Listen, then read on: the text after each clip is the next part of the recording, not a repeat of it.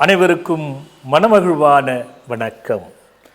சடுதியிலே காத்தருளும் நம் சண்முகப் பெருமானுடைய திருவருளாலேயும் பாம்பன் சுவாமிகள் குருவருளாலேயும் இந்த பதிவு மிக முக்கியமான பதிவு.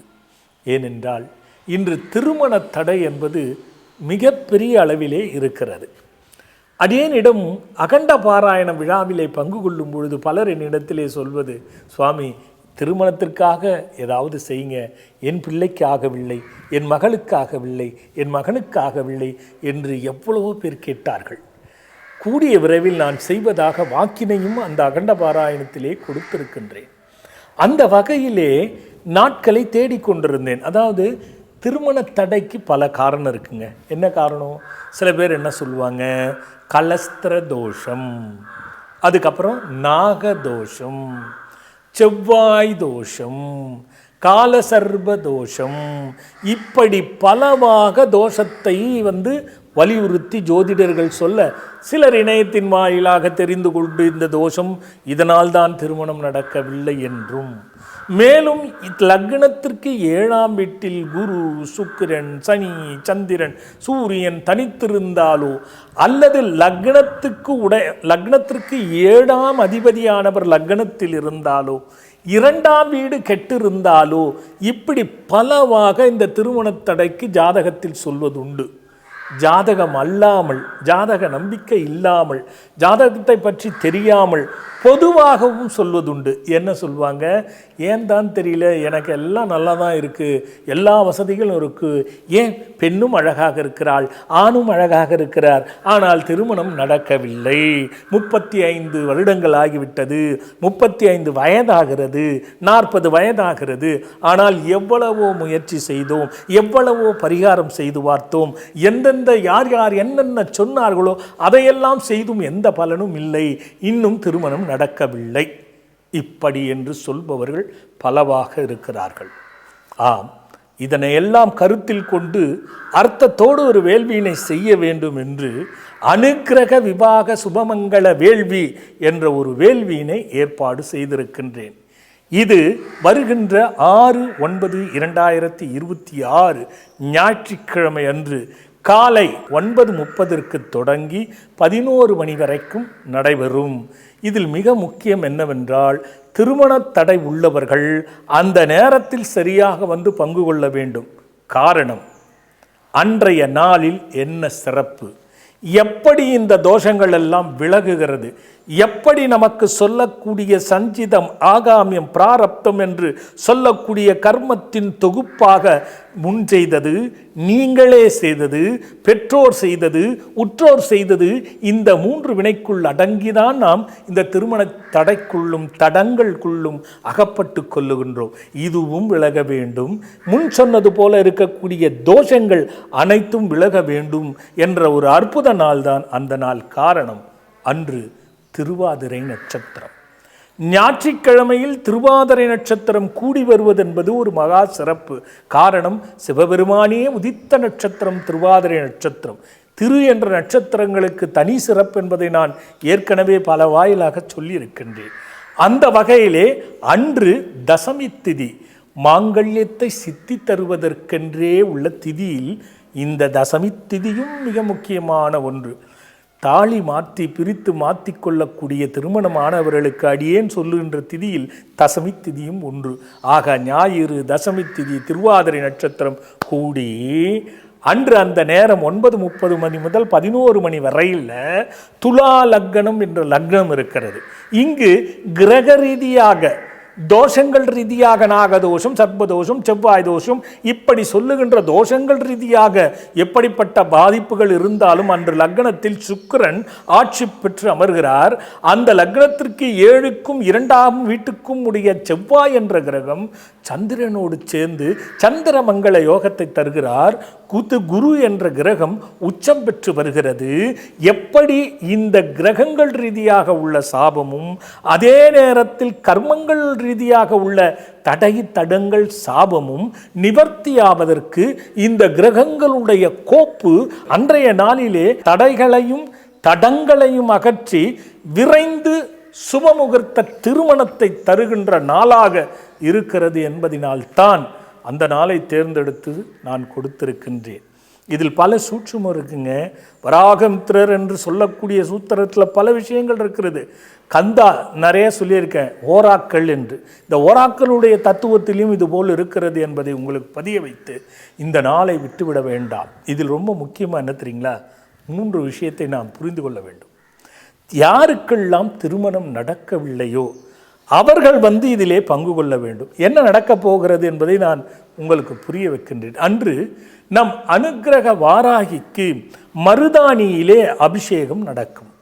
அங்கே தாமரைமணி மாலையை எல்லாம் வைத்து அன்னையினுடைய பாதத்திலே அதே மருதாணி இலையிலே அந்த தாமரைமணி மாலைகளுக்கு அர்ச்சனை செய்யப்படும்.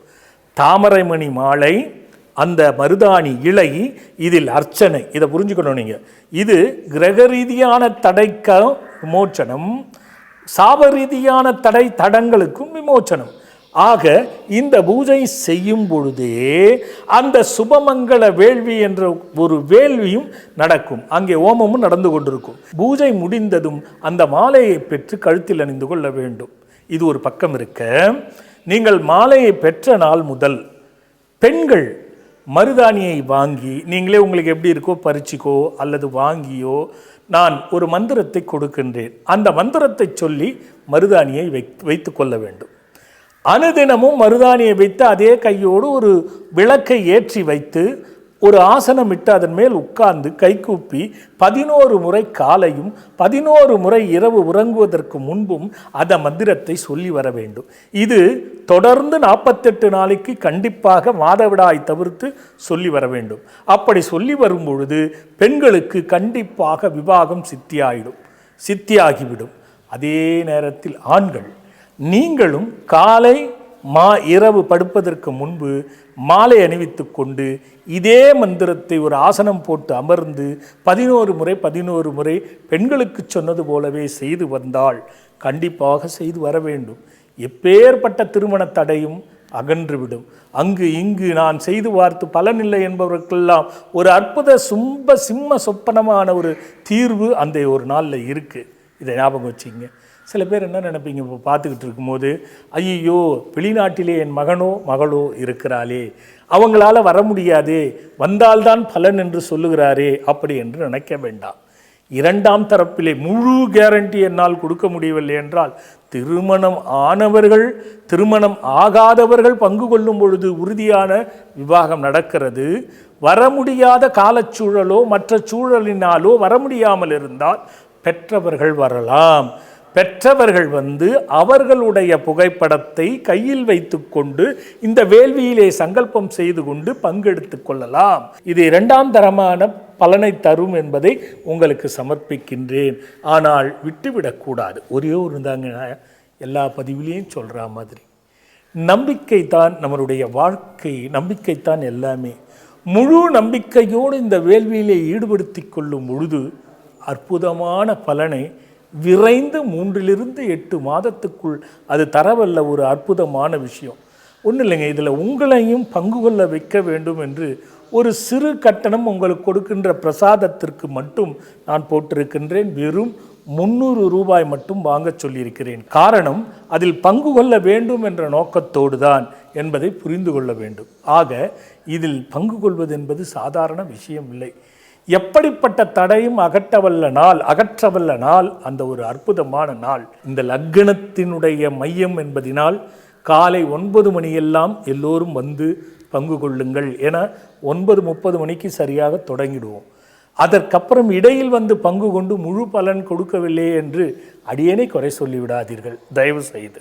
ஆகையால் நீங்கள் கண்டிப்பாக நேரத்தையும் கடைபிடித்து எந்த தடுங்களனா இருக்கட்டும், எந்த விதமான பிரச்சனைகளாலும் நடக்காமல் திருமணம் இதுவரைக்கும் கஷ்டப்படுறீங்களா, அதில் ஒன்றும் கவலையே படாதீங்க. 40-45 வயதானாலும் சரி, வாருங்கள், அந்த தடையை எடுப்போம், மாலையை வாங்குங்கள், போட்டு பயனடைங்கள். சில பேர் கேட்கலாம், அதை போட்டால் இதை செய்யக்கூடாதா, அப்படியெல்லாம் இல்லை. உனக்கு நம்பிக்கை தான் முக்கியம் என்பதை மட்டும் கூறி அந்த மாலையை வாங்கி அணிந்து சீக்கிரம் விவாக சுப முகூர்த்தங்கள் எல்லாம் உங்களுக்கு எப்பேற்பட்ட தடை இருப்பினும் அகன்று விவாகம் நடக்கட்டும் என்று உங்களுக்கு இந்த பதிவின் வாயிலாக தெரியப்படுத்தி, நீங்கள் செய்ய வேண்டியதெல்லாம் எனக்காக ஒன்றே ஒன்றுதான். எவ்வளவு மாலை எப்படி வழிபட வேண்டும், எத்தனை பேர் பங்கு கொள்வார்கள் என்பது தெரியாது என்பதினால் முன் அனுமதியை அவசியமாக நான் செய்ய சொல்லியிருக்கின்றேன். அது எவ்வளவு சீக்கிரம் முடியுமோ அவ்வளவு சீக்கிரம் முன் அனுமதி செய்து கொள்ள வேண்டும். ஏன்னா நிறைய பேருக்கு செய்யணுன்னா அது ஒரு பெரிய கஷ்டமாக இருக்கும் என்பதை கூறி, குறிப்பிட்ட பக்தர்களுக்கு மட்டுமே அனுமதிக்கக்கூடியதுனால எவ்வளோ சீக்கிரம் நீங்கள் பதிவு செய்துக்கிறீங்களோ அவ்வளோ சீக்கிரம் நல்லது என்பதை கூறி, கீழே வருகின்ற அலைபேசி எண்ணை தொடர்பு கொண்டு நீங்கள் முன்னனுமதி பெற்று வந்து உங்களுக்கு நடக்கின்ற அந்த தடங்களை அகற்றி சீக்கிரம் திருமணம் நடக்க ஆசி கூறி விடைபெறுகிறேன். அடுத்த ஒரு பதிவோடு பார்க்குறேன். வணக்கம்.